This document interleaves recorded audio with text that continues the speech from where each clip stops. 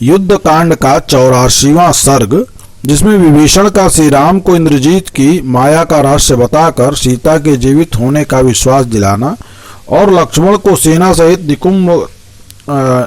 निकुंभिला मंदिर में भेजने के लिए अनुरोध करना बताया गया है।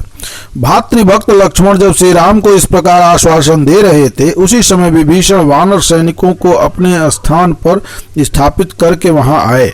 नाना प्रकार के अस्त्र शस्त्र धारण किए 4 निशाचर वीर, जो काली कज्जल राशि के समान काले शरीर वाले युद्धपति गजराजों के समान जान पड़ते थे, चारों ओर से घेर कर उनकी रक्षा कर रहे थे।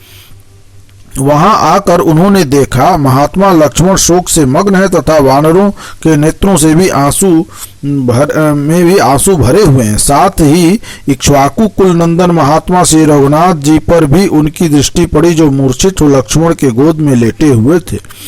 श्री रामचंद्र जी को लज्जित तथा शोक से संतप्त देख विभीषण का हृदय आंतरिक दुख से दीन हो गया। उन्होंने पूछा, यह क्या बात है?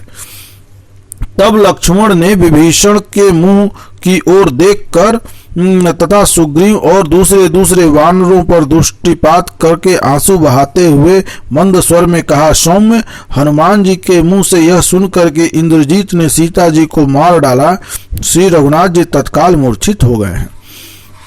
इस प्रकार कहते हुए लक्ष्मण को विभीषण ने रोका और अचेत पड़े हुए श्री रघुनाथ जी से यह सुनिश्चित बात कही, महाराज, हनुमान जी ने दुखी होकर जो आपको समाचार सुनाया है, उसे मैं समुद्र को शोक लेने के समान असंभव मानता हूँ। महाबाहो, दुरात्मा रावण का सीता के प्रति क्या भाव है, यह मैं अच्छी तरह जानता हूँ। वह उनका वध कदापि नहीं करने देगा। मैंने उसका हित करने की इच्छा से अनेक बार यह अनुरोध किया कि विदेह कुमारी को छोड़ दो, किंतु उसने मेरी बात नहीं मानी।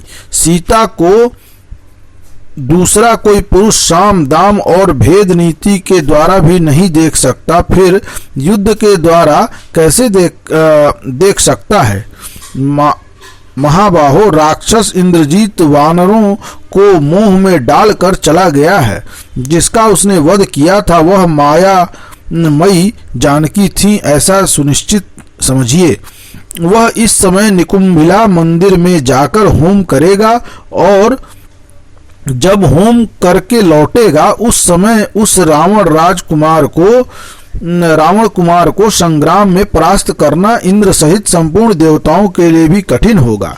निश्चय ही उसने हम लोगों को मुंह में डालने के लिए ही यह माया का प्रयोग किया है। उसने सोचा होगा, यदि वानरों का पराक्रम चलता रहा तो मेरे इस कार्य में विघ्न पड़ेगा। जब तक उसका होम कर्म समाप्त नहीं होता, उसके पहले ही हम लोग सेना सहित निकुंभिला मंदिर में चले नरश्रेष्ठ, झूठे ही प्राप्त हुए इस संताप को त्याग दीजिए। प्रभु, आपको शोक में संतप्त होते देख सारी सेना दुख में पड़ी हुई है। आप तो धैर्य में सबसे बढ़े चढ़े हैं, अतः स्वस्थ चित्त होकर यहीं रहिए और सेना को लेकर जाते हुए हम लोगों के साथ लक्ष्मण को भेज दीजिए। ये नरश्रेष्ठ लक्ष्मण अपने पैने बाणों से मारकर रावण कुमार को वहीं होम कर्म त्याग देने के लिए विवश कर देंगे। इससे वह मारा जा सकेगा। लक्ष्मण के ये पैने बाण, जो पक्षियों के अंगभूत परों से युक्त होने के कारण बड़े वेगशाली हैं, कंक आदि क्रूर पक्षियों के समान इंद्रजीत के रक्त का पान करेंगे। अतः महाबाहो, जैसे वज्रधारी इंद्र देवताओं के वध के लिए वज्र का प्रयोग करते हैं, उसी प्रकार आप उस राक्षस के विनाश के लिए शुभ लक्षण संपन्न लक्ष्मण को जाने की आज्ञा दीजिए।